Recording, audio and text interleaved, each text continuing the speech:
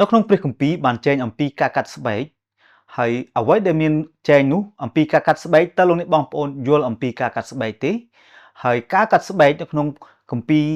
សញ្ញាចាស់មានការកាត់ស្បែកតើលោកអ្នកបងប្អូនចង់ដឹងថាហេតុអ្វីបានជាគ្រិស្តបរិស័ទមិនមានការកាត់ស្បែកនៅគម្ពីរសញ្ញាថ្មី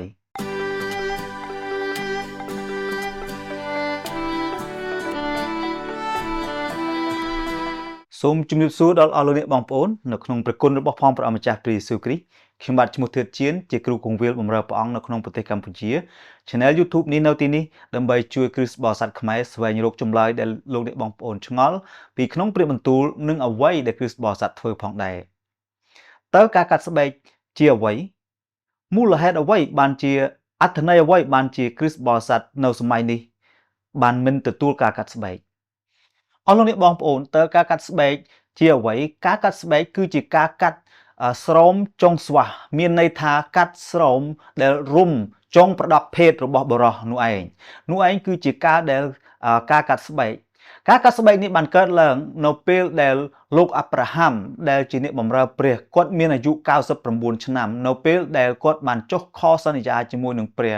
ដែលមានការចែងទុកនៅក្នុងព្រះគម្ពីររបស់ផងព្រះអង្គគឺក្នុងព្រះគម្ពីរលោកុបាទជំពូក17ខ10បានមានបន្ទូលយ៉ាងដូចនេះថានេះជាសេចក្តីសញ្ញារបស់អញ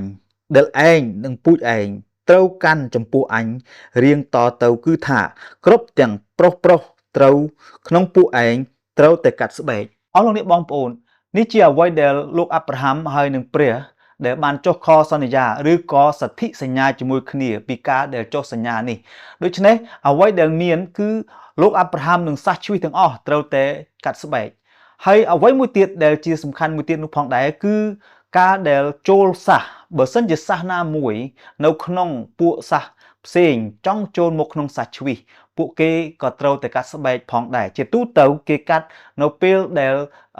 ទារកនោះអាយុ8ថ្ងៃគឺគេនឹងយកទារកនោះទៅកាត់ស្បែកប៉ុន្តែបើពួកសាសដតីចង់ចូលមកក្នុងសាសជ្វីសពួកគេក៏ត្រូវកាត់ស្បែកបើទោះបីជាពួកគេមានវ័យចំណាស់ហើយក៏ដោយក៏ត្រូវធ្វើតាមច្បាប់នោះផងដែរអរលោកអ្នកបងប្អូនឥឡូវនេះយើងមើលអំពីអ្វីដែលគ្រិស្តបរិស័ទយើងគួរធ្វើសប្តាហ៍ថ្ងៃនេះតើត្រូវការកាត់ស្បែកដែរឬទេអ្វីដែលបានកើតឡើងនៅក្នុងពួកសាសយូដាគេបានជឿលើព្រះយេស៊ូវហើយគេជឿថាព្រះយេស៊ូវយាងមកដើម្បីសម្រេចតាមក្រឹតវិន័យនៅពេលដែលគេជឿដល់ព្រះយេស៊ូវហើយគេបានក្លាយជាគ្រីស្ទានសាសយូដាហើយគឺពួកគេនៅតែបន្តកាត់ស្បែកនៅក្នុងការដែលពួកគេបានជឿក៏ដោយអរលោកអ្នកបងប្អូនការនេះឯងបាន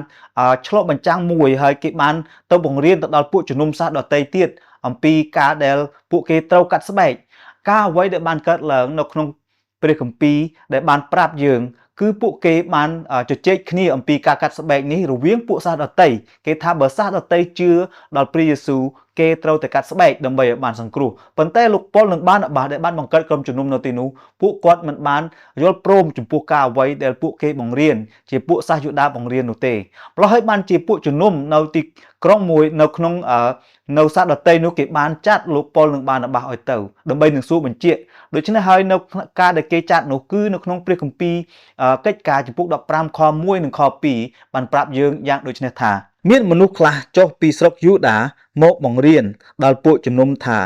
បើមិនបានកាត់ស្បែកតាមទម្លាប់របស់លោកម៉ូសេនោះពុំអាចនឹងបានសង្គ្រោះឡើយដូច្នេះកាលប៉ុលហើយនឹងបាណបាបានជជែកនឹងគេហើយមានសេចក្តីដេញដោលគ្នាជាខ្លាំងរួចហើយនោះពួកជំនុំបានតម្រូវឲ្យប៉ុលនិងបាណបាព្រមទាំងពួកអ្នកខ្លះទៀតក្នុងពួកគេឡើងទៅឯពួកសាវកនិងពួកចាស់ទុំនៅក្រុងយេរូសាឡិមដើម្បីនឹងសួរបញ្ជាក់អំពីដំណើរនោះអរលោកអ្នកបងប្អូននៅពេលដែលពួកគេបានចាត់ទៅប៉ុលនិងបាណបាទៅដល់យេរូសាឡិមបើសិនជាយើងអាននៅក្នុងជំពូក15នេះពេញយើងនឹងឃើញលទ្ធផលអំពីអ្វីដែលជាចម្លើយរបស់ពួកសាវកមកពីក្រុងយេរូសាឡិមបញ្ជាក់ទៅដល់ពួកជំនុំជាសាសដតីនោះគឺថាពួកគេដែលជឿដល់ព្រះយេស៊ូវមិនបាច់ត្រូវការកាត់ស្បែកទៀតទេពីព្រោះអ្វីដែលបានត្រូវការកាត់ស្បែកគឺតម្រូវតែពួកសាសជ្វីសតែប៉ុណ្ណោះដូច្នេះក្នុងនាមយើងជាសាសដតីនៅក្នុងស្រុកខ្មែរយើងក៏ជាសាសដតីដែរបើយើងជាគ្រីស្ទានយើងមិនត្រូវការកាត់ស្បែកម្ដងទៀតដើម្បីឲ្យបានសង្គ្រោះនោះឡើយតាមអ្វីដែលជាការសម្រេចរបស់ពួកសាវកនៅក្រុងយេរូសាឡិមនៅសម័យពួកសាវកនោះមកដល់សប្តាហ៍ថ្ងៃនេះអស់លោកអ្នកបងប្អូនបើសិនជាយើងបានឃើញឬឮថាគ្រីស្តបរិស័ទមានការកាត់ស្បែកឲ្យកូនរបស់ខ្លួនដែលជាទារក អស់លោកអ្នកបងប្អូនកុំឆ្ងល់ថាហេតុអ្វីបានជាពួកគេត្រូវការកាត់ស្បែកជាទូទៅនៃការកាត់ស្បែកដែលពួកគេធ្វើចំពោះកូនរបស់ពួកគេគឺជាក្នុងន័យវិទ្យាសាស្ត្រពេទ្យតែប៉ុណ្ណោះមិនមែនផ្អែកមកលើអ្វីដែលមាននៅក្នុងសាសនាឬក៏ជំនឿគ្រិស្តបរិស័ទនោះទេដូច្នេះហើយបងប្អូនកុំយល់ច្រឡំថាយើងត្រូវតែបន្តកាត់ស្បែកនោះឡើយហើយអ្វីដែលយើងទាំងអស់គ្នាត្រូវធ្វើគឺក្នុងគម្ពីរបានប្រាប់យើងថាឲ្យយើងកាត់ស្បែកចិត្តរបស់យើងការកាត់ស្បែកចិត្តនេះគឺជាការដែលតាំងសញ្ញាជាមួយនឹងព្រះអង្គផងដែរគឺជាការបដិញ្ញាដើរតាមព្រះមាគ៌ារបស់ផងព្រះអង្គដូចជាអ្វីដែលលោកអាប់រ៉ាហាំបានធ្វើគាត់កាត់ទាំងស្បែកចុងស្វះរបស់គាត់ហើយចិត្តរបស់គាត់ក៏ទៅតាមអ្វីដែលគាត់បានសន្យានោះផងដែរយ៉ាងណាមិញគ្រិស្តបរិស័ទយើងទាំងអស់គ្នាត្រូវកាត់ស្បែកចិត្តរបស់យើងហើយតាំងចិត្តដើរតាមព្រះមាគ៌ារបស់ផងព្រះអង្គជាដរាបទៅផងដែរខ្ញុំសង្ឃឹមថាលោកអ្នកបងប្អូននឹងបានយល់អំពីតើការកាត់ស្បែកជាអ្វី